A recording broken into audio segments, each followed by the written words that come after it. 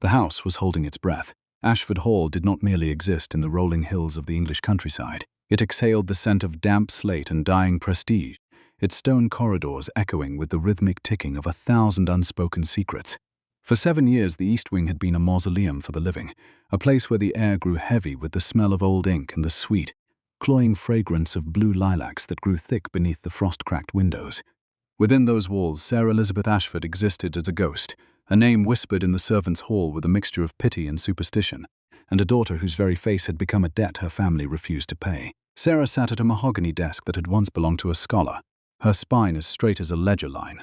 The room was illuminated by a single tallow candle, its flame dancing in the draught that whistled through the ill-fitting sash.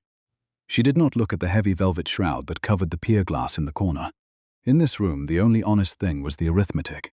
Sarah dipped her quill into a crystal inkwell, her fingers permanently stained a deep bruised violet, a mark of her trade that no amount of lemon water could ever fully erase. She moved with a scrupulous precision, her eyes fixed upon the thick, leather-bound volume that she called her private ledger. To the world, Silas Montgomery Ashford was a man of astute financial recovery, but the truth lay in the elegant, slanted script of his daughter. The silence, it seemed, had teeth. It gnawed at the edges of the room, broken only by the scratch of Sarah's nib and the occasional vibration of the floorboards. She had learned to map the house through her feet.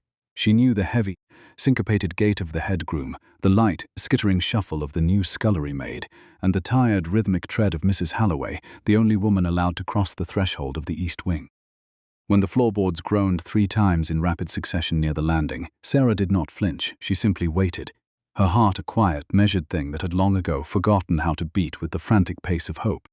Mrs. Halloway entered without a word, carrying a tray that held a single bowl of mutton broth and a stack of fresh correspondence. The housekeeper was a woman of iron propriety, her face a mask of silver-grey discipline, yet her eyes often lingered on Sarah with a softness that felt like a betrayal of her orders. She placed the tray on the edge of the desk, careful not to disturb the columns of figures that Sarah had been cultivating since dawn. For a moment, the 2 women shared a silence that was thick with the history of the last 7 years. The accident, the screams that had turned into a cold, clinical isolation, and the decision of a father to treat his eldest daughter's face as a blemish on the family ledger.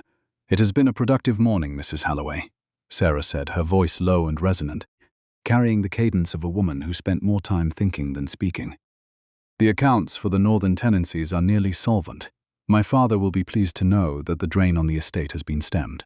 The housekeeper adjusted a stray sprig of lilac in the vase, her hands trembling ever so slightly.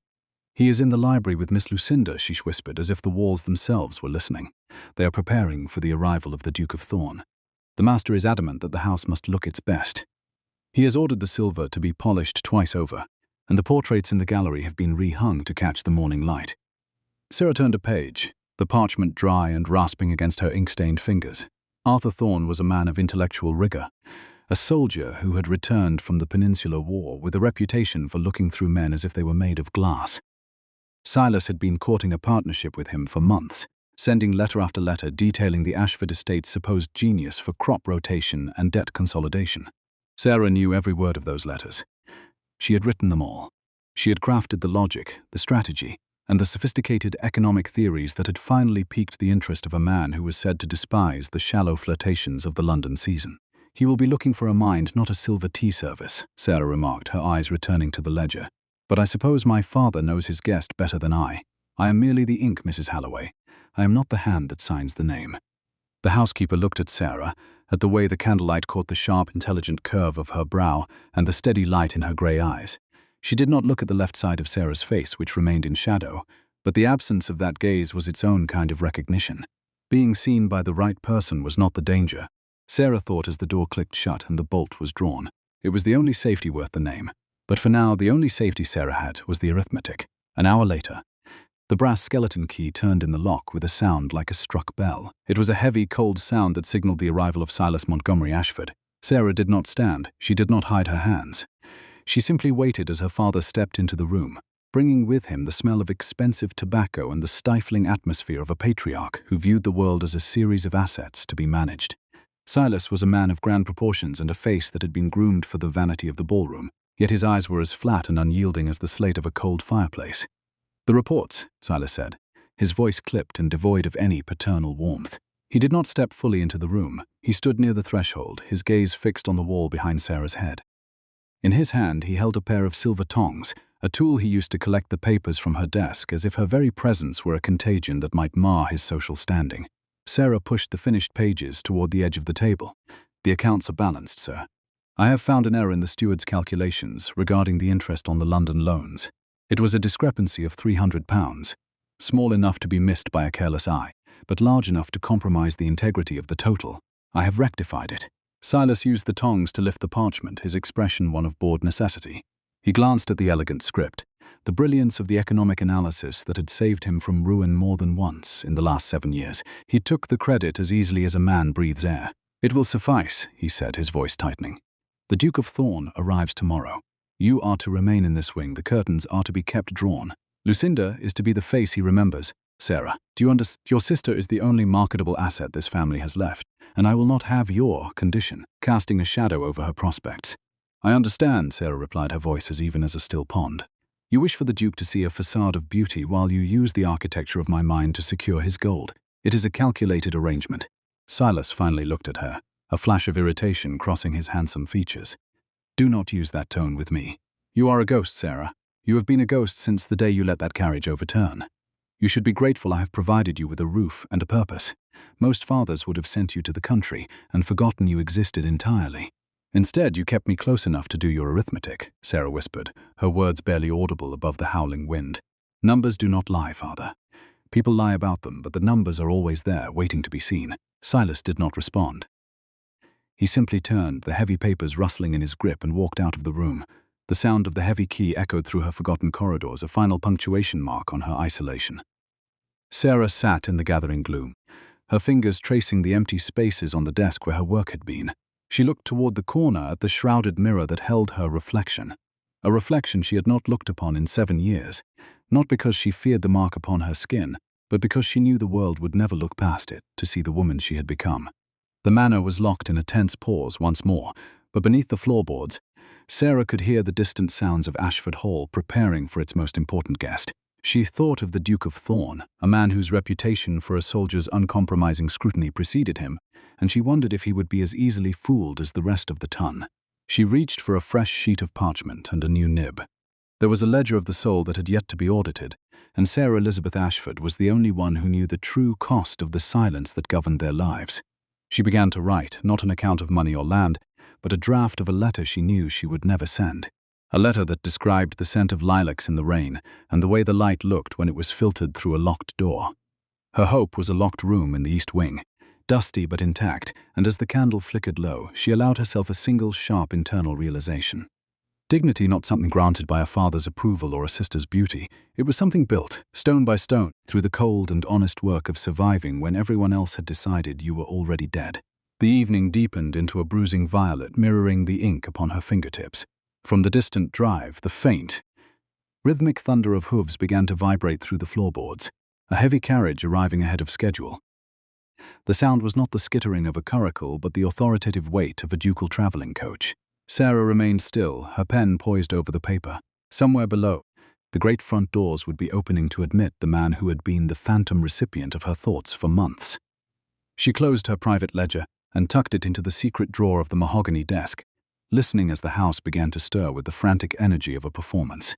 The east wing remained dark, save for the dying ember of her candle. She knew the routine. Her dinner would be brought by a silent maid.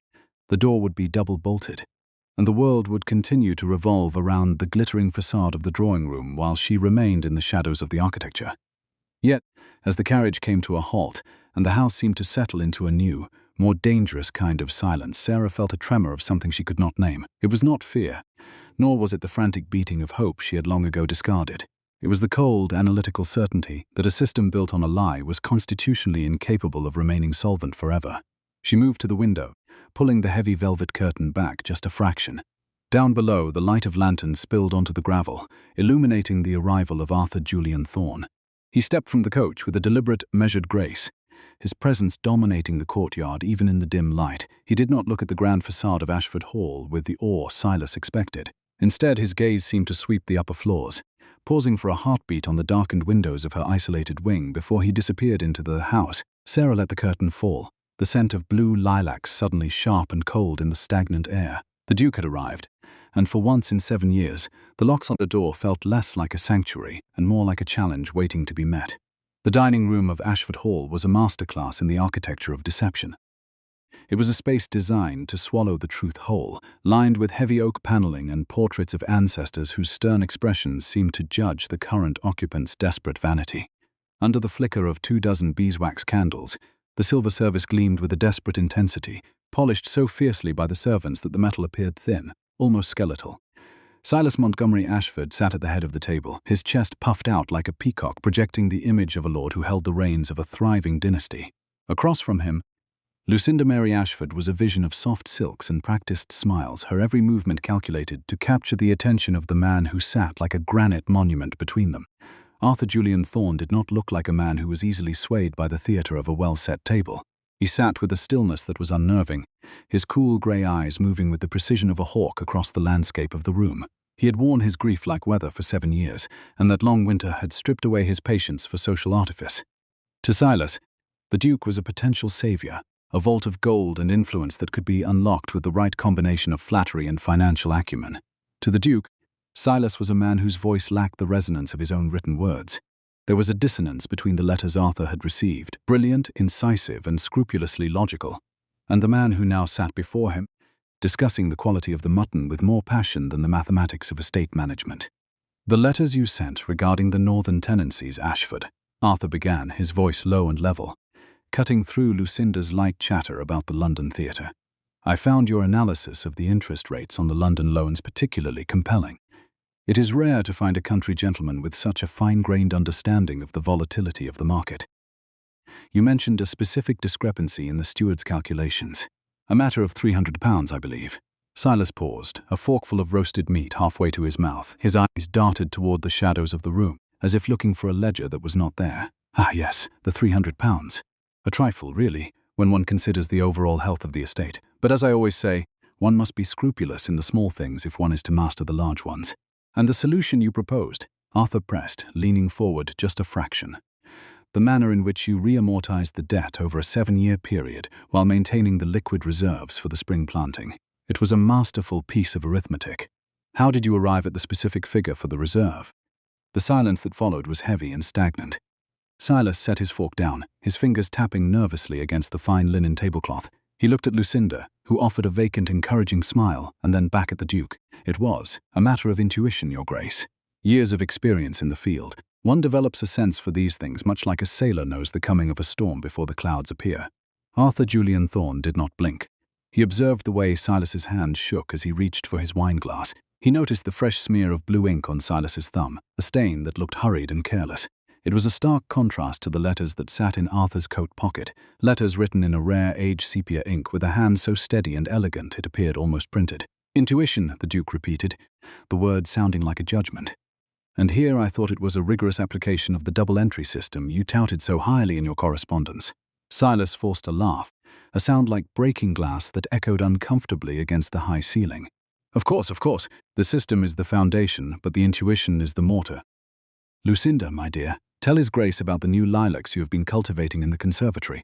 I believe they are quite exceptional this year." Lucinda Mary Ashford leaned forward, her voice a practiced melody. "They are a deep, vibrant blue, Your Grace. They were Sarah's favourite long ago. But I have made them my own. I find that flowers are the only things that truly understand the importance of a beautiful facade." Arthur turned his gaze toward the girl, but his mind was elsewhere. He reached into his pocket and withdrew a folded sheet of parchment. The latest report Silas had handed him upon his arrival. It was a contract, a proposal for their partnership, signed in that same blue ink that now stained Silas's fingers. There was a peculiar ink blot near the signature, a clumsy, jagged mark that spoke of someone who viewed the pen as a foreign object. Arthur looked at the signature, then back at the sepia letters in his memory. The architecture of the soul, he realized, was not present in the man sitting at the head of the table. Silas Montgomery Ashford was merely a ghost trying to inhabit a house built by a much larger mind. "I find myself somewhat fatigued by the journey," Arthur said suddenly, standing from the table but before the dessert had even been served. The movement was so abrupt that Lucinda gasped, her hand flying to the lace at her throat. "If you will excuse me, I should like to take the air. The atmosphere in this house is remarkably dense." "But, Your Grace, the port," Silas exclaimed, standing as well, his face a mask of panic. I have a vintage from 1790 that I was certain you would appreciate. We have much to discuss regarding the terms of the merger. I believe I have seen all I need to see for one evening, Ashford, Arthur replied, his voice clipping the words short. We shall discuss the terms when the light is more honest. Pray, do not trouble yourself. I know my way to the gardens. He did not wait for a response. He walked out of the dining room with a soldier's long, rhythmic stride, leaving the father and daughter frozen in the amber light of their own deceit. Once in the hallway, the Duke did not head for the grand entrance. Instead, he stopped in the center of the foyer. His head tilted as if listening to the breathing of the house. Ashford Hall stood frozen in anticipation. It was a sensation he had felt before on the battlefields of Spain. The stillness before the first shot is fired. The moment when the air itself seems to thicken with the weight of what is hidden. The stillness carried a predatory weight. It gnawed at the edges of the grand hallway, drawing Arthur's attention away from the polished floors and toward the darkened corridors that led to her secluded quarters. He pulled a silver pocket watch from his waistcoat, the ticking of the mechanism a sharp, syncopated rhythm in the quiet. It was 11 o'clock. The house was settling, the servants retreating to their quarters, yet there was a vibration in the floorboards that spoke of a different kind of life. He began to move not toward the gardens, but deeper into the house.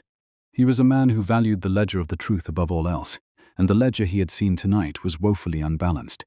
He passed the library, the scent of expensive tobacco still lingering in the air, and moved toward the service stairs. There he saw a movement in the shadows, a tall, upright figure carrying a tray. It was Mrs. Halloway, the housekeeper. She moved with a scrupulous discipline, but her eyes were fixed straight ahead, her face a mask of iron propriety. Arthur stepped back into the shadows of a heavy tapestry, watching as the woman ascended the stairs. On her tray was a single bowl of broth and a stack of fresh parchment. Most curiously, there was a small, crystal inkwell filled with aged sepia ink. The Duke felt a sharp spark of intellectual recognition. The ink. The sepia ink that had written the letters of a genius was now being carried toward the one part of the house Silas had explicitly forbidden him to enter. He followed her at a distance, his boots making no sound on the heavy carpets. The air grew colder as he moved toward the forgotten annex, the smell of damp slate and dying prestige placing the warmth of the dining hall. The architecture changed here. The walls were bare. The floorboards groaned under a layer of dust, and the scent of blue lilacs began to permeate the air. It was a strange cloying fragrance, one that seemed out of place in a wing that was supposedly undergoing repairs. He watched as Mrs. Halloway stopped before a heavy mahogany door at the end of the corridor. She did not knock. She reached into her apron and withdrew a formidable master key. The sound of the key turning in the lock was like a struck bell, a cold and final sound that echoed through the empty hallway. She stepped inside, the door closing behind her with a soft, decisive click. Arthur Julian Thorne stood in the shadows, his heart a quiet, measured thing. He looked at the door, then at the faint sliver of candlelight that escaped from beneath it. He thought of the £300 error, the sophisticated economic theories, and the man at the dinner table who could not explain his own intuition. The estate had ceased its anxious pause. It was screaming a truth that Silas Montgomery Ashford had spent 7 years trying to bury. He moved toward the door, his hand reaching out to touch the cold, unyielding wood. Through the heavy grain he could hear the faint, rhythmic scratch of a quill. It was a sound he knew well, the sound of a mind at work, the sound of arithmetic being used to mend a broken world. He looked at his own hands, calloused from the war and the management of his own vast estates, and he felt a sudden, profound sense of indignation. To lock away a mind of such caliber because of a mark on a face was a debt that could never be repaid. He noticed a small table near the door, and upon it sat a vase of blue lilacs, their petals wilted and brown at the edges. He reached out and touched a leaf, the texture dry and rasping. Beneath the vase, tucked partially out of sight, was a scrap of parchment. He pulled it free, his eyes narrowing as he read the elegant, slanted script in the dim light. It was a draft of a calculation regarding crop rotation, written with a clarity that made Silas's speech seem like the babbling of a child. The soil is not a servant to be commanded, the note read, but a ledger to be balanced. If one takes more than one gives, the debt will eventually come due in the form of famine. Arthur folded the paper and tucked it into his waistcoat. The intellectual friction he had felt all evening suddenly smoothed into a cold, hard certainty. He was not looking for a business partner. He was looking for the architect of this house's salvation. He looked at the brass keyhole, the light from within flickering as someone moved inside the room. He could hear the low, resonant murmur of a woman's voice, not the melodic, empty chirping of Lucinda, but a voice that carried the weight of 7 years of silence. He leaned his forehead against the door for a single heartbeat, his eyes closed. In 7 years, he had been a sorrow wearing a man's coat, a duke who had forgotten how to look at a face and see anything other than a grave. But now, in the cold and lilac-scented corridor of a dying estate, He felt the first thawing of a hope he had long ago discarded. Being seen by the right person was not the danger, he realized. It was the only safety worth the name, and he intended to see the woman behind this door, even if he had to break every social protocol in England to do it. He heard Mrs. Halloway's footsteps approaching the door from the inside. He retreated quickly, slipping into an alcove hidden by a heavy velvet curtain. He watched as the housekeeper emerged, the tray now empty of the broth but still holding the crystal inkwell. She locked the door once more, the ancient latchkey sounding like a final punctuation mark on the evening's deceptions. As she disappeared back toward the main house, Arthur stepped out of his hiding place, his gaze fixed on the mahogany barrier. He reached out and retrieved the metal passkey from where Mrs. Halloway had discreetly placed it in the decorative vase. The metal was freezing, a sharp, metallic bite against the calluses of his palm. He stepped toward the mahogany door, the shadows of the corridor seeming to lengthen around him as if the house itself were drawing back in anticipation. He inserted the key. It turned with a low, visceral groan that seemed to echo from the very foundations of Ashford Hall. The mechanism was old and resistant, mirroring the stubborn silence that had reigned in this wing for 7 years. The Duke pushed the door open. It did not creak. It swung on silent, well-oiled hinges, revealing a room that was a startling sanctuary of logic amidst the surrounding decay. The scent of blue lilacs and fresh beeswax was overwhelming here, masking the metallic tang of the sepia ink that stained the air. At a massive mahogany desk sat Sarah Elizabeth Ashford. She was a shadow silhouetted against a single, brilliant candle, her back as straight as a soldier's and her head bowed over a thick, leather-bound volume, the private ledger. She did not turn immediately, her quill continuing its rhythmic journey across the parchment for one final defiant stroke. "Did you forget the salt, Martha?" she asked, her voice possessing a low, resonant depth that sent a tremor through Arthur's chest. "I am not Martha," Arthur replied, his voice level despite the sudden pounding of his heart. Sarah froze. The quill slipped from her fingers, leaving a dark star of sepia ink on the page. She turned slowly, her movements possessing a tragic grace. As she moved into the light, the truth of her isolation was revealed. She was brown-haired where Lucinda was gold, sharp-featured where Lucinda was soft, and across the left side of her face lay a map of her history, a jagged silvered scar that ran from her temple to the line of her jaw. It was not a horror. It was a mark of survival, a physical manifestation of the crash 7 years ago that had served as Silas Montgomery Ashford's excuse to bury his most brilliant asset. Arthur did not flinch. He did not look away. He looked instead at her hands, which were heavily stained with bruised violet ink, and then at the open pages of the ledger. He saw the columns of numbers, the precise calculations, and the elegant, slanted script that had haunted his thoughts for months. In that moment, the architecture of the room and the architecture of her soul became ones and the same. "You wrote the letters," Arthur said, the statement sounding like a vow. "The re-amortization of the debt, the northern tenancies, the £300 error. It was all you." Sarah stood, her spine unyielding even as her eyes betrayed a flickering, wounded hope. She did not hide her face. "I am the payment, Your Grace," she said, her voice steady. "My father sells the work of my mind to keep the roof over a house that considers me a shame. Numbers do not lie, even when the people who use them are built of nothing but falsehoods." Arthur moved closer, his eyes softening into a deep, stormy hue. He reached out and touched the edge of the ledger, his fingers brushing against the ink-stained wood of the desk. In 7 years, he had looked at the world and seen only graves, but standing before this woman in her forgotten wing, he felt the first true warmth of spring. "A ledger is the one honest room in the world," he murmured, repeating her own philosophy back to her. "And you, Sarah Elizabeth Ashford, are the only person I have met in 7 years who has looked at me and not seen a title, but a partner." The recognition was complete.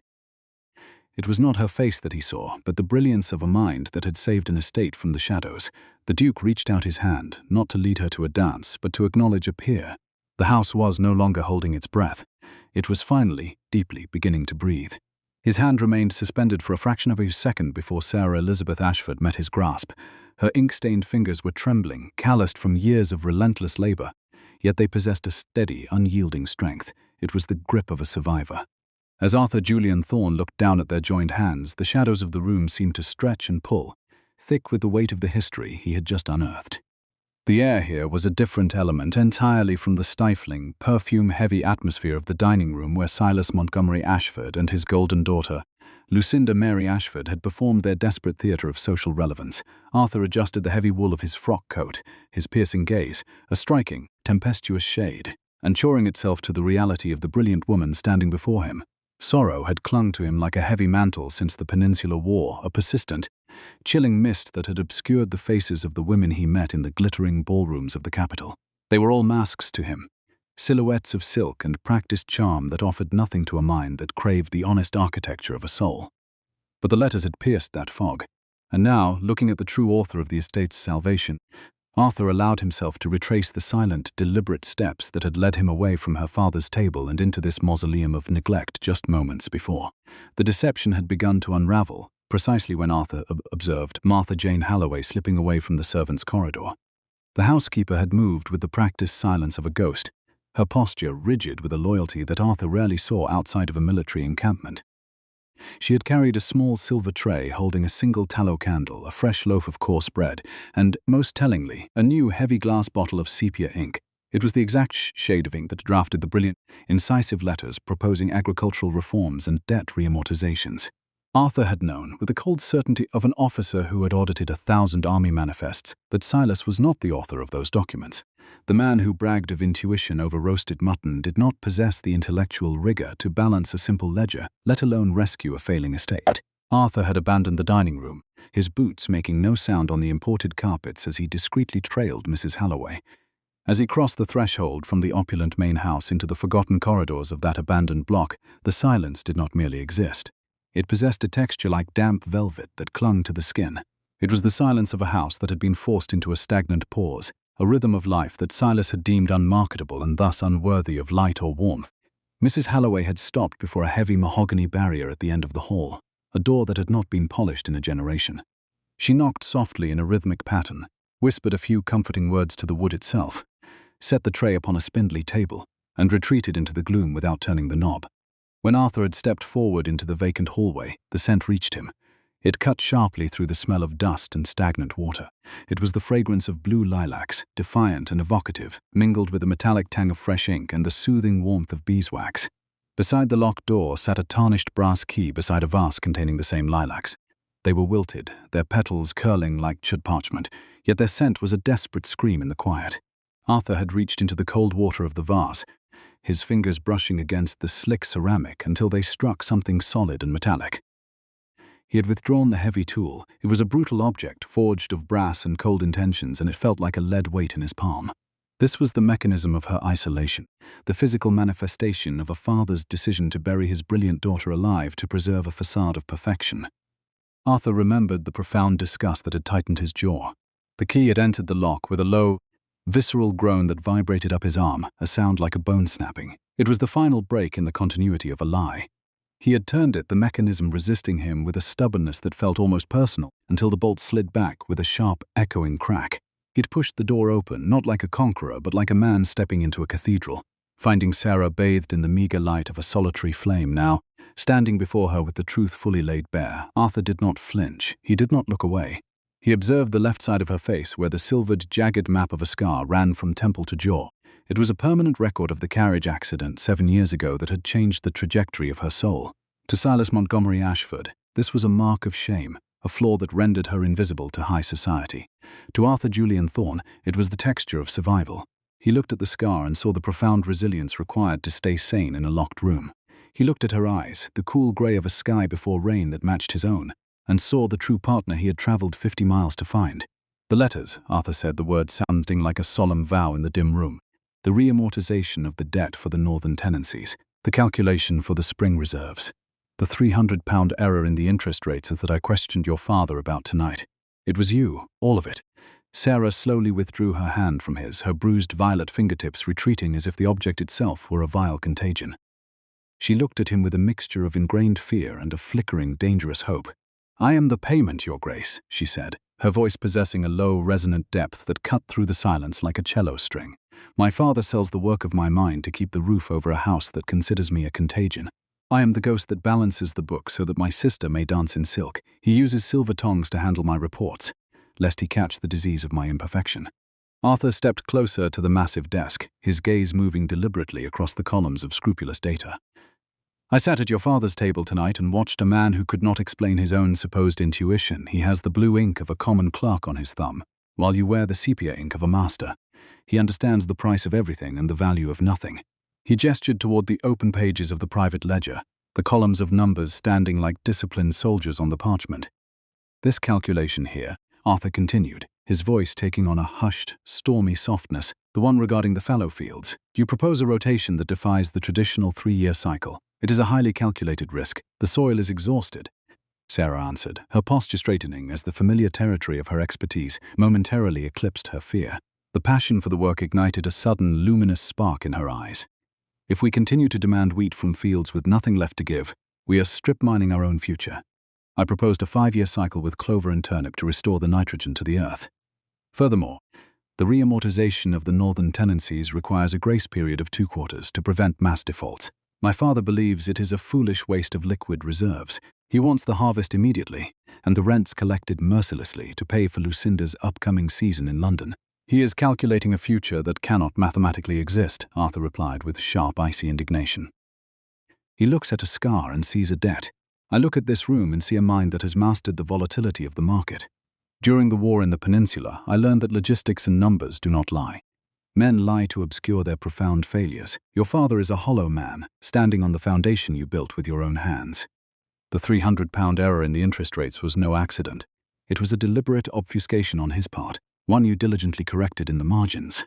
You have not looked away, Sarah whispered, her gaze dropping briefly to a shrouded mirror standing in the far corner of the room. It was the only item covered in dust sheets. My father insists that a man of your standing requires a face like Lucinda's, unmarked, unshadowed, and perfectly pliant.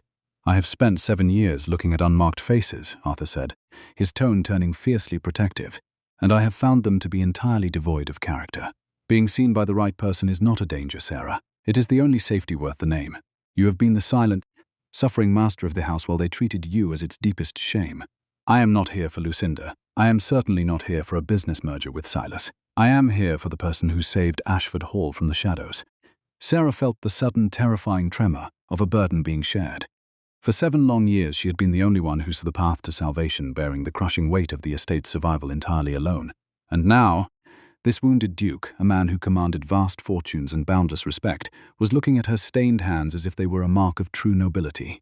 The door was locked for a reason, she said urgently, glancing toward the hallway. To the world, I am a tragedy to be hidden. To my father, I am a necessary secret. If you pull me from this room, you take the only thing that keeps this family solvent. He will destroy everything before he allows his pride to be dismantled publicly. Then let him fight, Arthur rumbled, his voice dropping to a low, dangerous frequency that resonated in her chest. I have fought far more formidable enemies than a vain man who hides his daughter to steal her genius.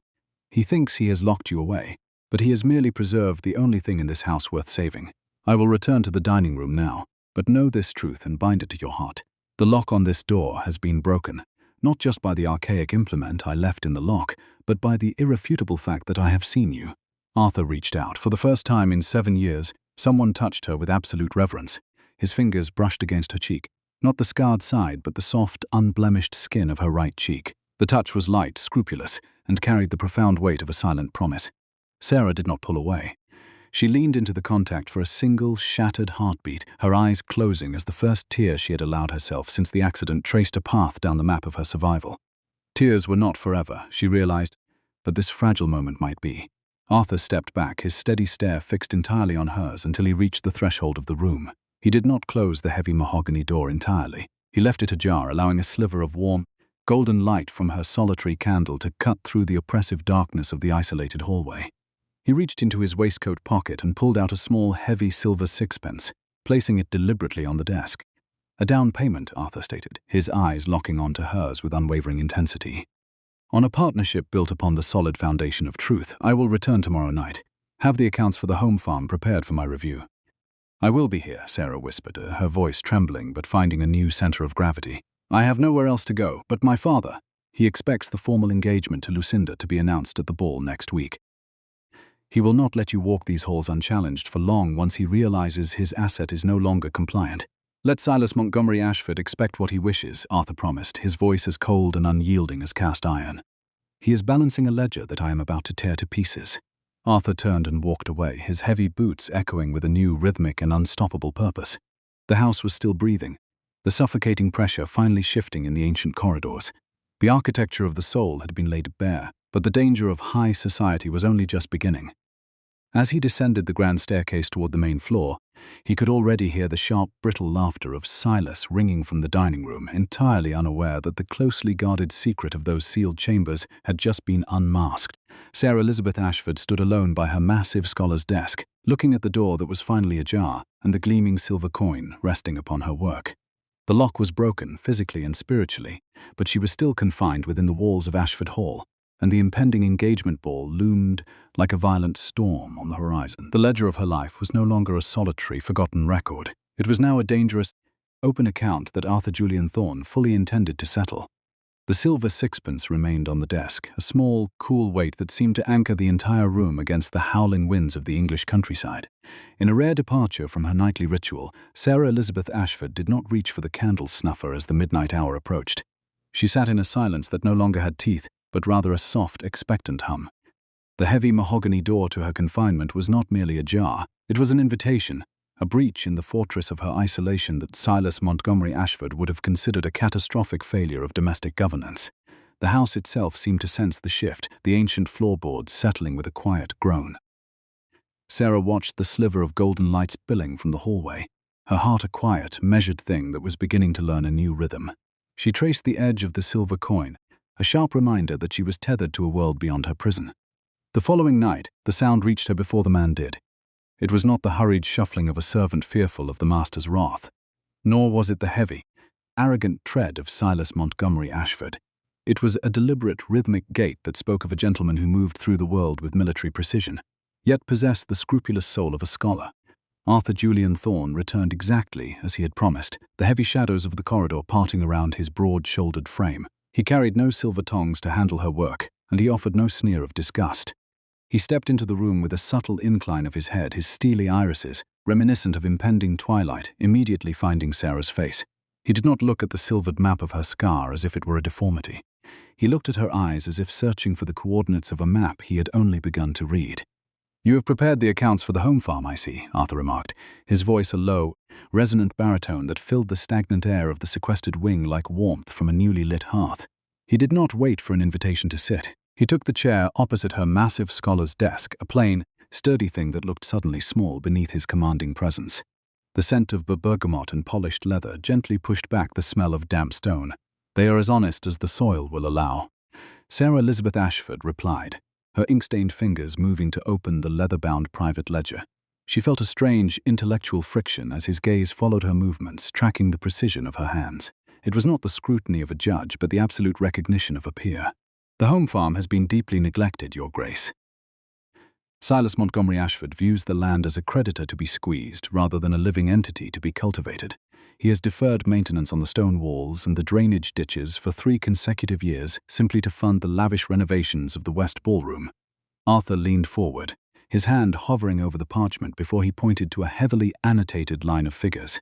"And here you have diverted the profits from the spring wool clip to the tenant repair fund. A scrupulous move, requiring no small amount of creative arithmetic, though I suspect Silas is entirely unaware of the redirection. He sees only the final sum, not the architecture of the journey required to achieve it," Sarah whispered, a faint, dry wit touching the corners of her mouth. "A ledger is the only honest room in a world built on gilded lies. If I can hide the survival of a dozen tenant families in the margins of a vanity project, I consider it a debt well managed." Arthur Julian Thorne leaned back, his grey eyes narrowing in profound appreciation. He had endured his mourning like a relentless winter for 7 years, a frozen state of existence that had made the social artifice of the capital appear like a shallow pantomime. But here, in this candlelit mausoleum of a room, he was finding an intellectual parity that he had long ago stopped hoping for. He watched the way the candlelight caught the sharp, intelligent curve of Sarah's brow. "You speak of money as if it were a moral constitution," Arthur observed, his voice softening. "Most women of your standing are taught that a ledger is a tedious bore, and that arithmetic is the domain of clerks. Where did you learn to see the soul within the figures?" "Isolation is a profound teacher, sir," Sarah Elizabeth Ashford answered, her gaze dropping for a heartbeat to the dark ink upon her fingertips. "When the world decides you are a ghost, you find yourself looking for things that possess a permanent reality. Calculations do not change their fundamental nature based on the lighting of a ballroom.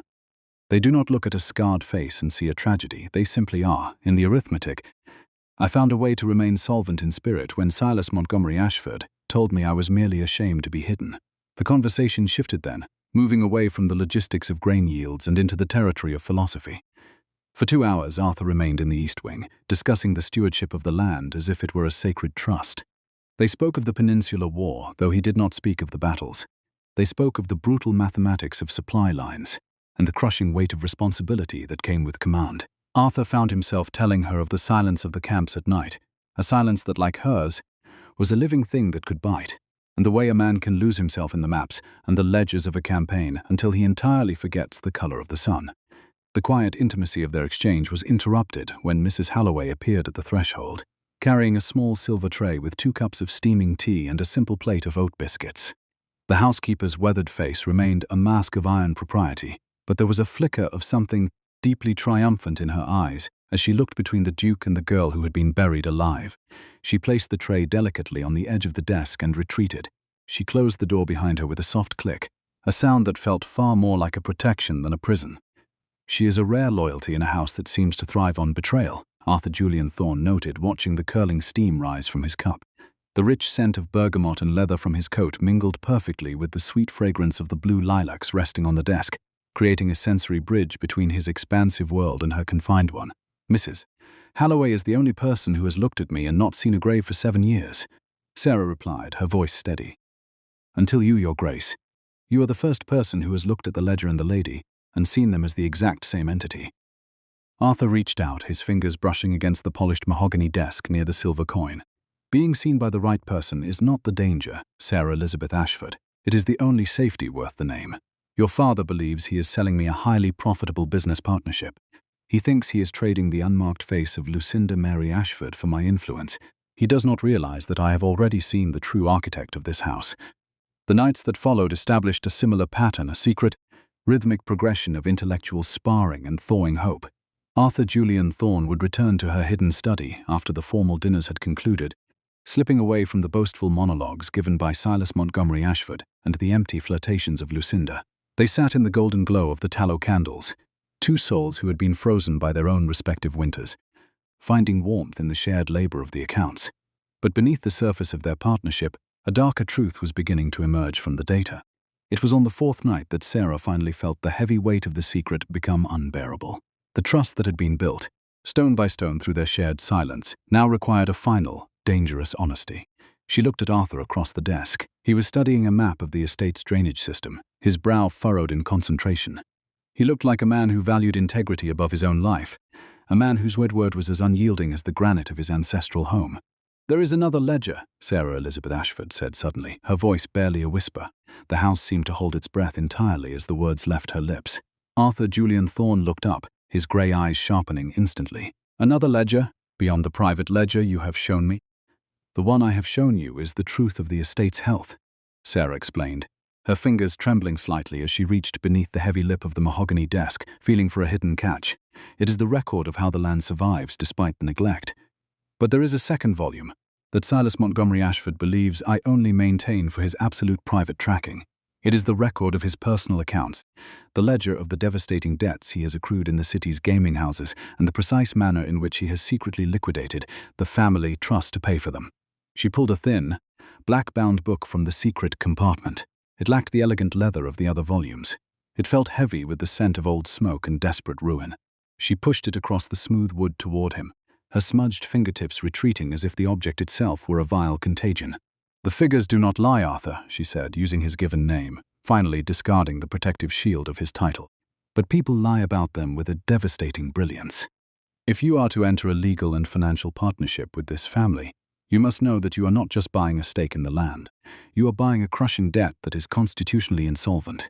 Silas Montgomery Ashford has been systematically embezzling from the primary entailment trust for 4 years. He is not a man of astute financial recovery. He is a man who is burning the house down to keep himself warm for a single winter. Arthur Julian Thorne took the black ledger, his movements incredibly slow and scrupulous. He opened the fragile pages, his eyes scanning the columns of damning arithmetic with the clinical precision of a surgeon. The silence in the room grew instantly cold, the shadows lengthening as the gravity of the revelation settled over them. He saw the massive withdrawals, the hidden exorbitant loans, and the systematic erasure of the core capital, all meticulously covered up by the sanitized reports Sarah Elizabeth Ashford had been forced to provide to the bank. He forced you to hide this, Arthur said, his voice dropping to a dangerous low frequency that vibrated in the quiet room. It was not a question I am the pen, not the hand, Sarah replied, her voice cracking at last, the stoic facade fracturing under the weight of her confession. Silas Montgomery Ashford told me that if the primary trust were found to be completely empty, we would lose the house entirely. He told me that Lucinda Mary Ashford would be utterly ruined, and I would be sent away to a decaying cottage in the north to rot in true isolation. I corrected the errors to save the loyal servants, the tenant farmers, and the only world I have ever known. But in doing so, I became the reluctant architect of his grand deceit. Arthur Julian Thorne stood slowly from the desk, the black ledger gripped in his large hand like a weapon. He looked down at Sarah Elizabeth Ashford, but he did not see a scarred girl or a pathetic ghost. He saw a woman of extraordinary intellect who had carried the massive moral weight of a dying dynasty on her shoulders, while being treated as its deepest shame. He walked around the massive desk, stopping just inches from her chair, his physical presence a towering wall of protection. "You are not the architect of his deceit, Sarah," he rumbled, his grey eyes burning with a fierce, unwavering protective light. "You are the only person in this entire house who has remained morally solvent while everyone else was utterly bankrupt. Silas Montgomery Ashford has treated you as a nameless, disposable asset, a ghost to do his desperate bidding, while he squandered the very foundation you fought so hard to build. He has locked you in this wing to hide his profound shame, not yours." "He will never allow the truth to be known," Sarah whispered, looking up at him, her heart hammering against her ribs. "The engagement ball is in exactly 2 weeks. Silas Montgomery Ashford fully expects to announce your formal union with Lucinda. He believes that once the marriage settlements are signed, your gold will quietly fill the massive holes he has dug in the trust. He is balancing a ledger that I am about to tear to pieces," Arthur promised, his voice iron-hard and unyielding. He reached across the desk, his fingers claiming the silver sixpence before placing it with a sharp, metallic click atop the black ledger. "This is no longer a down payment on a business partnership, Sarah Elizabeth Ashford. It is a solemn vow of vindication. I will not marry a hollow mask, and I will not allow a brilliant mind like yours to be treated as a debt to be hidden away in the dark. We will audit this house, and we will do it in the absolute light where everyone can clearly see the arithmetic of the truth." He reached out to touch the heavy lock on the mahogany door. He did not push it shut, he pulled it wider, allowing the full, unbridled light of the hallway to spill completely into her sanctuary, banishing the shadows that had clung to the walls for 7 years. Sarah looked at the wide-open door, at the gleaming silver coin resting on the ledger of ruin, and finally at the powerful man who had looked at her and seen a true partner. The house was no longer holding its breath. It was exhaling the long-suppressed truth of 7 long years. The danger was rapidly escalating. The storm was fast approaching. But in a profound shift since the horrific carriage accident had overturned her life, Sarah felt she was no longer a mere shadow dressed in women's clothing. The drawing room of Ashford Hall was a masterclass in the architecture of stifling elegance, a space where the air was thick with the scent of expensive French pomade and the cloying fragrance of hothouse lilies. Beneath the glittering light of a dozen crystal chandeliers, the room appeared to be a sanctuary of wealth, yet to Arthur Julian Thorne it felt like a mausoleum constructed of gilded lies. He sat upon a rigid mahogany chair, his posture as scrupulous and unyielding as a line of audit, his observant gaze tracking the frantic performance of the Ashford family. For years, the Duke had carried his bereavement like an invisible shield, and he possessed an acute sensitivity to the desperate artifice of others. Silas Montgomery Ashford stood by the marble fireplace, his chest puffed out with a counterfeit confidence that could not hide the slight tremor in his manicured hands, nor the way his gaze darted toward the corners of the room, as if searching for a debt he could no longer outrun. Across from the Duke, Lucinda Mary Ashford sat with a practiced, melodic stillness. Her silk gown was a shade of pale primrose that should have signaled spring, but instead, it felt like the shroud of a dying season. She was a vision of social perfection, her every movement calculated to capture the attention of the man who held the keys to their family's financial salvation. Arthur observed her with a clinical detachment, his mind constantly retreating to the cold, ink-scented sanctuary of the locked corridor and the woman who existed there as a brilliant, invisible ghost. The contrast was a violent friction in his mind. Here was the facade, soft and unshadowed, while upstairs remained the true architecture of a soul built through the honest labor of surviving in the dark. "Your Grace has been remarkably quiet this evening," Lucinda remarked, her voice a tinkling bell that lacked the resonant depth of the woman Arthur had left just hours before. She reached for a small volume that had been resting on the tea table, her movements rehearsed to appear accidental. "Perhaps you are fatigued by the business of the estate. I find that when the world becomes too heavy with numbers and ledgers, the only refuge is found in the beauty of the arts. I have been working on something, a small reflection on the nature of the blue lilacs that grow beneath her windows. Arthur Julian Thorne felt a sharp, icy spark of recognition as Lucinda opened the book and began to read. The words were not the empty, flowery trifles of a debutante. They possessed a jagged, intellectual honesty and a rhythmic precision that spoke of a heart that had looked at the silence and seen its teeth. It was a poem about the sea, about the way the waves do not apologize for the salt they leave behind, and about a soul that remains solvent, even when the world attempts to liquidize its dignity. Arthur knew those words. He recognized the slanted, elegant logic of the sepia ink that lived in Sarah Elizabeth Ashford's mind. The intellectual theft was so blatant, so scrupulously cruel, that he had to grip the arms of his mahogany chair to prevent himself from speaking a truth that would shatter the drawing room into 1,000 shards of glass. "It is a masterful piece of composition, Miss Ashford," Arthur said. His voice dropped to a low, dangerous frequency that made Silas Montgomery Ashford pause in his nervous pacing.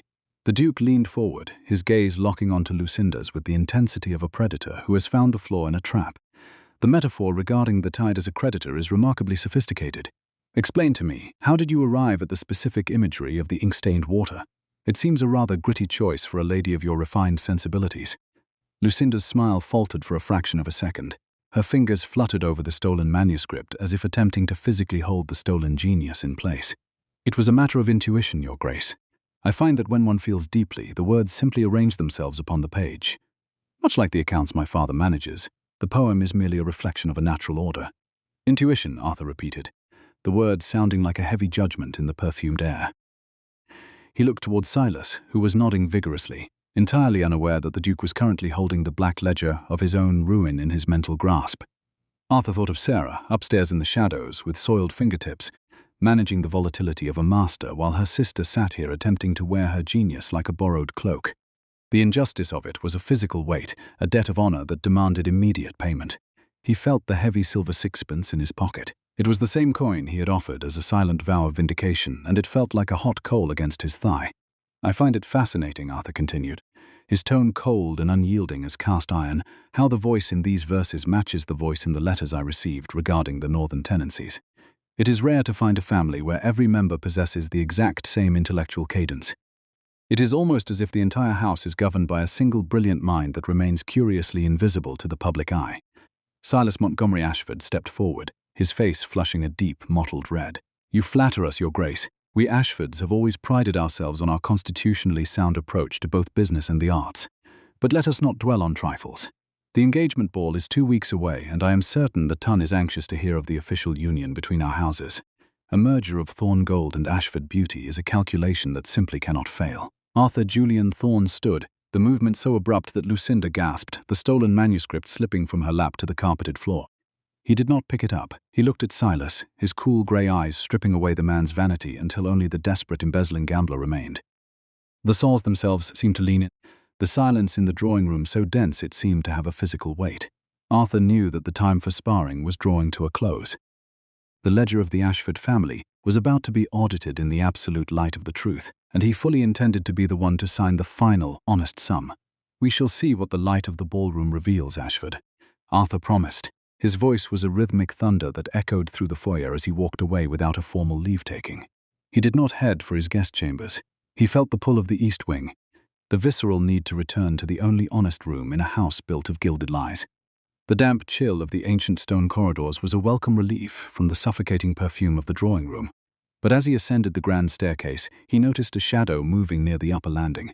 It was a heavy, agitated shadow that carried the scent of tobacco and a cold, looming rage. Silas was no longer at the fireplace. The father had followed the man he hoped to entrap, and he was moving toward the one wing he had forbidden the world to see. The atmosphere in the upper corridor of her confinement had shifted from the quiet sanctuary of the previous nights into a space of chaotic energy. The heavy mahogany door, which Arthur had left ajar as a symbol of his protection, had been thrown wide, its iron hinges groaning under the weight of a sudden intrusion. Inside the room, the single tallow candle flickered violently, leaving the space bathed in the bruising violet of the twilight. Sarah Elizabeth Ashford stood by her massive scholar's desk. Her spine was as straight as a ledger line, her dyed fingertips gripped tightly around the edge of the polished wood. Opposite her, Silas Montgomery Ashford was a silhouette of uncontrolled panic. His breathing was heavy and syncopated, his face twisted into a mask of aristocratic desperation. "You have been seen," Silas hissed, his voice a jagged rasp that tore through the lilac-scented air. He held the oppressive artifact in his hands. It was the very instrument of her 7-year isolation, and he was looking at the open door with a terror that had curdled into a tyrannical need for control. I found the lock turned. I found the traces of bergamot and leather in a room that should only smell of your shame. You have allowed that man into this sanctuary of your failure, and in doing so, you have threatened the very foundation of this family's survival. Sarah did not flinch, though the heavy brass key in his fist was a terrifying reminder of the physical power he held over her life. She looked at her father, her grey eyes unyielding and honest. The lock was not broken, father. It was opened by a man who possessed the courage to look at the arithmetic of the truth. Arthur Julian Thorne did not see a contagion or a tragedy. He saw the mind that has kept your creditors at bay for 7 long years. He knows of the Black Ledger. He knows of the London loans and the embezzlement from the primary trust. Silas roared, the sound like a cornered animal, and he slammed his fist down upon the polished wood of the scholar's desk, rattling a delicate porcelain inkwell that had sat there for a generation. The sepia ink spilled across the floorboards like a dark, widening stain. He knows nothing. He knows what I allow him to see. You are a ghost, Sarah. A sorrow wearing a woman's coat that I have fed and sheltered out of a pity you do not deserve. If you think his grey eyes will save you from the reality of your scarred face, you are more deluded than a bedlamite. He stepped closer, raising the heavy metal implement as if he intended to physically seal the breach that Arthur had made. The door will be locked, not just with brass but with iron and stone. You were meant to be the invisible payment for our continued standing, a debt silently managed and never acknowledged. I will inform the Duke that your illness has progressed into a violent insanity. I will have you sent to the remote asylum in the north before the sun rises on the engagement ball. Lucinda will have her season, and I will have my gold, and you will rot in the silence you so dearly love. Mrs. Halloway appeared at the threshold then, her face a mask of silver-grey discipline that finally cracked to reveal a fierce, unyielding protective light. She did not speak, but she stood between Silas and the desk, her hand resting on the heavy mahogany door as if to prevent him from ever closing it again. The housekeeper's presence was a silent audit of Silas's moral bankruptcy. It was a reminder that the loyalty of the house did not belong to the master of titles, but to the woman of substance. "Step aside, Halloway," Silas commanded, his voice trembling with a desperate vanity. "This is a matter of the Ashford bloodline. This girl is a debt that must be erased before it bankrupts us all. I am the hand that signs the name, and I will not have my daughter's imperfection casting a shadow over the only marketable asset I have left." Sarah Elizabeth Ashford moved then, stepping around the loyal housekeeper to face her father in the dim light. She did not hide her scarred face. She held her head high, the silvered map of her history, a mark of resilience that made Silas's groomed features look like a cheap painted facade. "You are not the hand, father.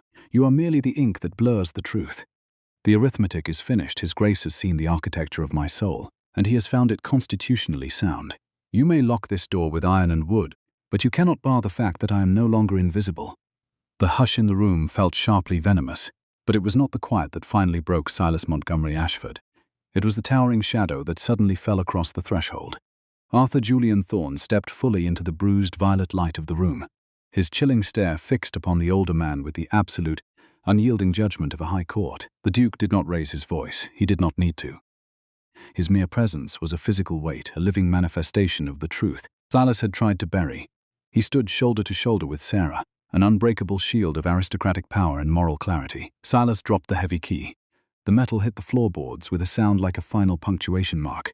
He looked at the ink-stained woman, the defiant housekeeper, and the Duke who now stood guard over them both. He realized, with a sickening drop in his stomach, that the East Wing was no longer a mausoleum for his daughter, but a courtroom for his own crimes. Without a single word, Silas turned and fled into the darkness of the hallway, his footsteps a frantic, rhythmic retreat that signaled the end of his 7-year reign of tyranny. Sarah stood in the center of the room, her breath coming in slow, scrupulous gasps. She looked at the wide-open door and the golden light of the hallway that refused to be extinguished. The danger was not over. The engagement ball loomed like a storm on the horizon, but the lock on her soul had been shattered beyond repair. She looked at her fingers, stained with bruised violet ink, and felt a sudden, profound sense of belonging. The house was no longer holding its breath. It was finally deeply beginning to exhale. The night of the engagement ball arrived not as a celebration, but as a final desperate audit of the Ashford family's remaining credit. Ashford Hall was a masterclass in the architecture of stifling elegance, a space where every flickering candle and every yard of silk was a calculation designed to hide the rot beneath the floorboards. The grand ballroom, which Sarah Elizabeth Ashford had saved from the creditors through months of scrupulous arithmetic, was now a battlefield of social commerce. The air was thick with the scent of expensive French pomade, the cloying fragrance of hothouse lilies, and the distinct metallic tang of cold fear that radiated from Silas Montgomery Ashford. Beneath the glittering light of 3 massive crystal chandeliers, the room appeared to be a sanctuary of wealth. These unforgiving constellations seemed to judge the very souls of those who gathered below. To Arthur Julian Thorne, however, it felt like a mausoleum constructed of gilded lies, a place where the silence did not merely exist, but possessed teeth that gnawed at his patience. Silas stood by the marble fireplace in the reception hall, his chest puffed out like a peacock. He was projecting the image of an overlord who held the reins of a thriving dynasty. He wore a coat of deep navy wool that had cost more than a tenant's cottage. This garment was intended to mask the slight tremor in his manicured hands. His eyes, flat and unyielding as the slate of a cold fireplace, darted toward the grand staircase every time the heavy front doors opened to admit another member of the landed gentry. He was the architect of his own collapse. He was a man who had spent 7 years treating his eldest daughter's mind as a secret debt to be hidden. While he squandered the family trust on the vanity of the London gaming houses, Sarah had been the one keeping the estate solvent from her locked room. Beside him, Lucinda Mary Ashford was a vision of soft silks and practiced smiles. Her primrose gown was a shade that should have signaled spring, but instead, it felt like the shroud of a dying season. Lady Eleanor Thorne, the Dowager Duchess, sat upon a rigid mahogany chair near the orchestra. Her posture was as scrupulous and unyielding as a line of audit. She was a woman of iron propriety and a voice like sharpened flint. Her sharp-tongued wit had dismantled more than one pretender during her 40 years in the capital. She held a silver-topped cane in one hand and a lace handkerchief in the other. Her cool grey eyes, the exact hue of her son's, observed Silas with a clinical detachment. Eleanor had worn her own grief for 7 years since the passing of her husband, and she possessed an acute sensitivity to the desperate artifice of others. She watched the way Silas's gaze avoided her own. She felt the heavy, stagnant atmosphere of the mansion locked in suspended animation. To Eleanor, one had to look at the internal structure of the soul to determine the true stability of any human structure. "You seem remarkably restless, Mr. Ashford," Lady Eleanor remarked, her voice cutting through the light chatter of the arriving guests like a blade. One would think a man about to secure a union with the House of Thorne would be more at ease. Unless, of course, the ledger of your expectations is not as balanced as you would have us believe. Silas forced a laugh, a sound like breaking glass that echoed uncomfortably against the high vaulted ceiling. "You possess a formidable wit, Lady Eleanor. I assure you, my heart is simply full.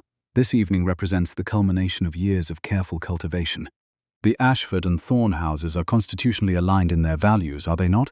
"Values are often like the paint on a crumbling wall, sir," Eleanor replied, her gaze moving to the grand staircase where Arthur Julian Thorne was descending.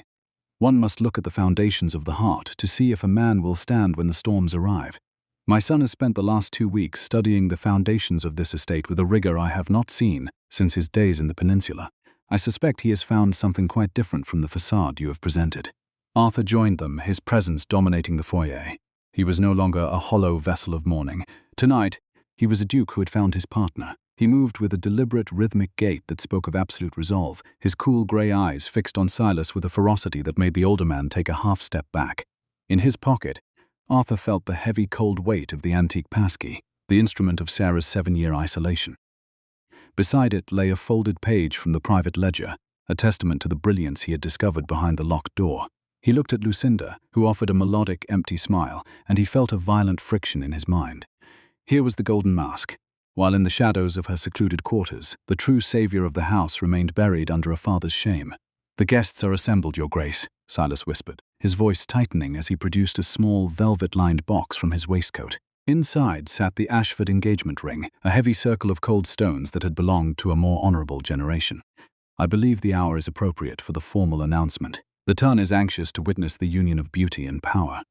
Arthur did not look at the ring. He looked through Silas as if the man were made of glass. "A union must be built upon a solid foundation of truth, Ashford. If one takes more than one gives, the debt eventually comes due in the form of a complete moral insolvency. Are you certain you wish to sign this contract in the absolute light of this ballroom?" "I am quite certain," Silas replied, his desperation finally eclipsing his caution. He signaled the orchestra to stop. The sudden silence in the room weighed upon the guests, like a cold, rising tide. The guests turned, a sea of silk and lace coming to a stagnant pause as Silas stepped onto the dais. "My lords, ladies and gentlemen, it is with a profound sense of pride that I announce the formal engagement of my daughter, Lucinda Mary Ashford, to the Duke of Thorne. This partnership represents a restoration of our family's standing and a bright future for the Ashford name." The room erupted in polite, practiced applause, But the sound died instantly as Arthur Julian Thorne stepped forward. He did not take Lucinda's hand. He did not acknowledge the ring. He stood at the center of the dais, his voice a rhythmic thunder that resonated in every corner of the stifled ballroom. "I will not marry a mask," Arthur stated, the words sounding like a heavy judgment in the perfumed air. "And I will not enter a partnership with a man who views the brilliance of a mind as a debt to be hidden in the dark. For 2 weeks, I have audited the accounts of this house. I have looked at the private ledger, and I have looked at the black ledger of Silas Montgomery Ashford's own ruin. I have found that the genius I sought, the writer of the strategies that saved this estate from the shadows, does not reside in the woman standing beside me." A collective gasp rippled through the guests. Lucinda's face turned as pale as her primrose gown, her melodic stillness shattering into a visible, trembling panic. Silas moved to speak, his mouth working like a fish caught in a net. But Lady Eleanor stood from her chair, her silver-topped cane striking the floorboards with a sharp, final sound. "My son speaks of the daughter you have buried alive, sir," Lady Eleanor said, her voice resonant with a fierce, unyielding indignation. "The woman who has spent 7 years with fingers stained with bruised violet ink, managing the volatility of your failures while you treated her as a contagion. We will not have the Thorne name used to hide the cowardice of a tyrant who would bury his daughter to steal her genius. She is ill," Silas roared, his voice cracking with a desperate vanity. "She is a tragedy that is not fit to be seen. Her face is a mark of her own failure, and her mind is the only thing in this house that is constitutionally sound." Arthur interrupted, his grey eyes burning with a fierce, protective light. He reached into his pocket and produced the instrument of her confinement, holding it aloft for the entire ballroom to see. "You have locked her in the East Wing to hide your own profound shame, not hers. You have stolen her genius to keep the roof over your head while you squandered the family trust. I will not marry Lucinda Mary Ashford. I will not sign a contract built on a lie." Arthur turned to the footman standing near the grand doors. "Open the house," he commanded, his voice cold and unyielding as cast iron. "Bring me the woman who actually manages this estate.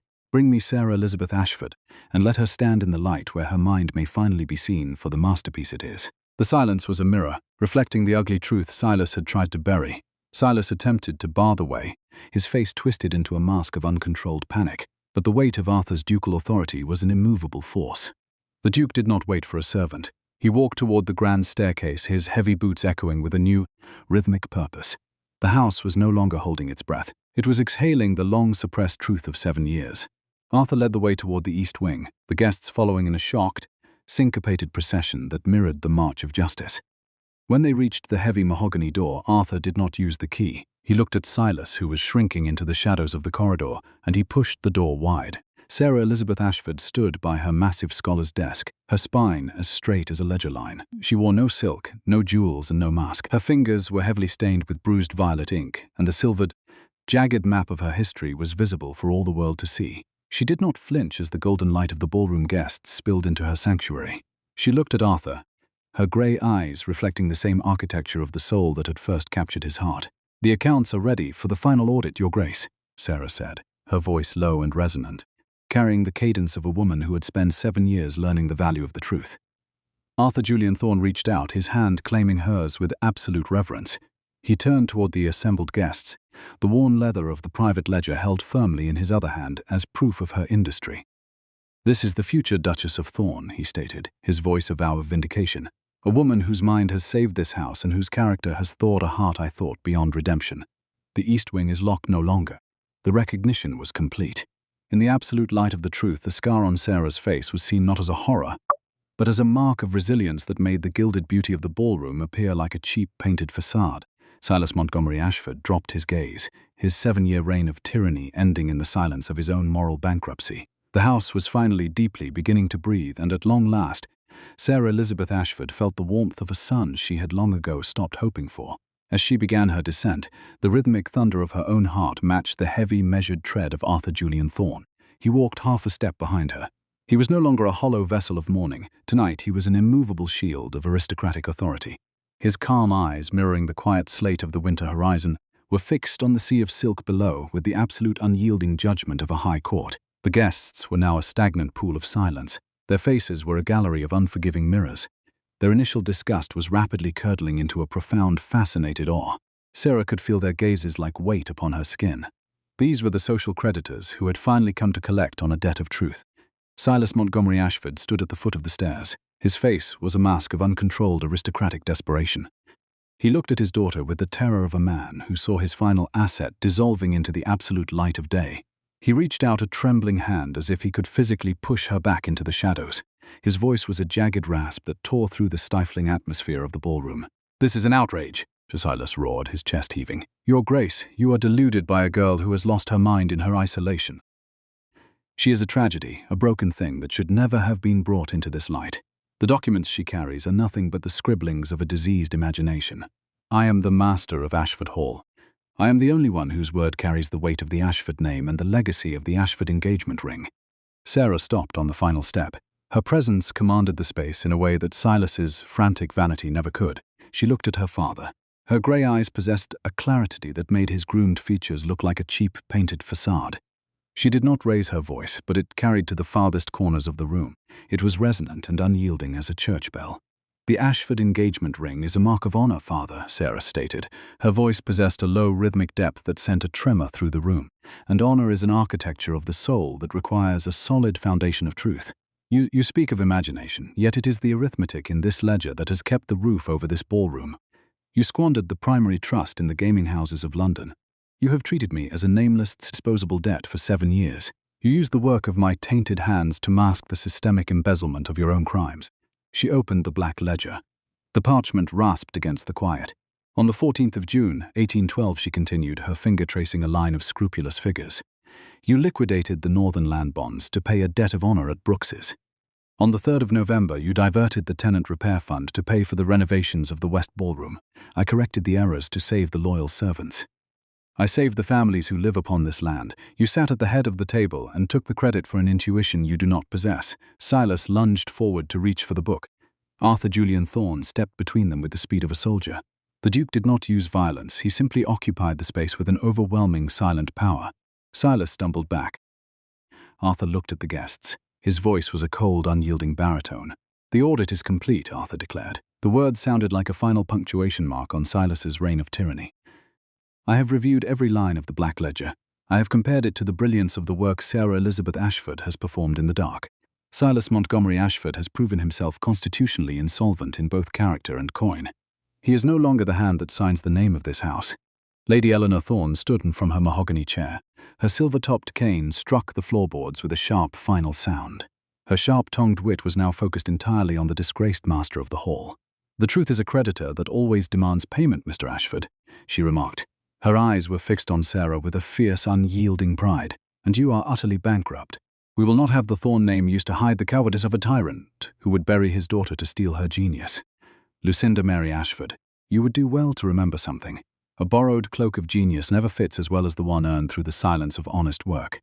Lucinda stood in the center of the ballroom. Her primrose gown felt like a shroud of social erasure. She looked at Sarah, then at the Duke, and finally at her father. The melodic stillness she had practiced so fiercely was now a visible trembling panic. She realized that she was merely a facade on a building that was being completely reconstructed. The utter wordlessness held a vicious bite. Silas Montgomery Ashford turned and fled through the service doors. His footsteps were a frantic, rhythmic retreat into the shadows. Arthur Julian Thorne stepped forward and took Sarah's hand. He led her to the very center of the ballroom. He raised his head to address the assembled gentry with a voice that brooked no argument. "Pray, attend me," Arthur announced, his words carrying the weight of his ancient title. "I formally present to you Sarah Elizabeth Ashford. She is the true architect of this estate's salvation. More importantly, she is the woman who shall stand beside me. She is the future Duchess of Thorne." The recognition was absolute. The guests began to bow. They did not bow to a title, but to the undeniable substance of the woman who had stood in the light. The house was finally deeply beginning to breathe. The scent of blue lilacs that filled the air was no longer cloying. It was fresh and vibrant with the promise of a sun that would never again be hidden. The transition to the tranquil stillness of the months that followed was like a landscape shifting from a storm to a clear, cold dawn. Winter arrived at Ashford Hall not as a creditor, but as a master of quiet transformation. The snow draped itself over the hills of the English countryside like a clean white ledger page. It was waiting to be written upon. Within the house, the atmosphere had changed. The damp rot of secrets was replaced by the crisp scent of beeswax and old wood, being polished with a new, rhythmic purpose. The east wing was no longer a mausoleum for the living. It had become the living heart of the estate. Sarah Elizabeth Ashford sat at a new massive desk of pale oak in the center of what had once been her prison. The heavy velvet shrouds had been removed from every window. The room was now a cathedral of light. The winter sun spilled across the floorboards in great golden blocks. The walls were lined with books from the Thorn Library. Sarah's fingers were still stained with ink. It was a deep, bruised violet that she no longer attempted to hide. However, the ink was now used to sign documents alongside the Duke's. Arthur Julian Thorn stood by the fireplace. He watched Sarah as she worked. His cool grey eyes possessed a warmth that had been missing for 7 years. He walked toward her, his heavy boots making a solid comforting sound on the rugs.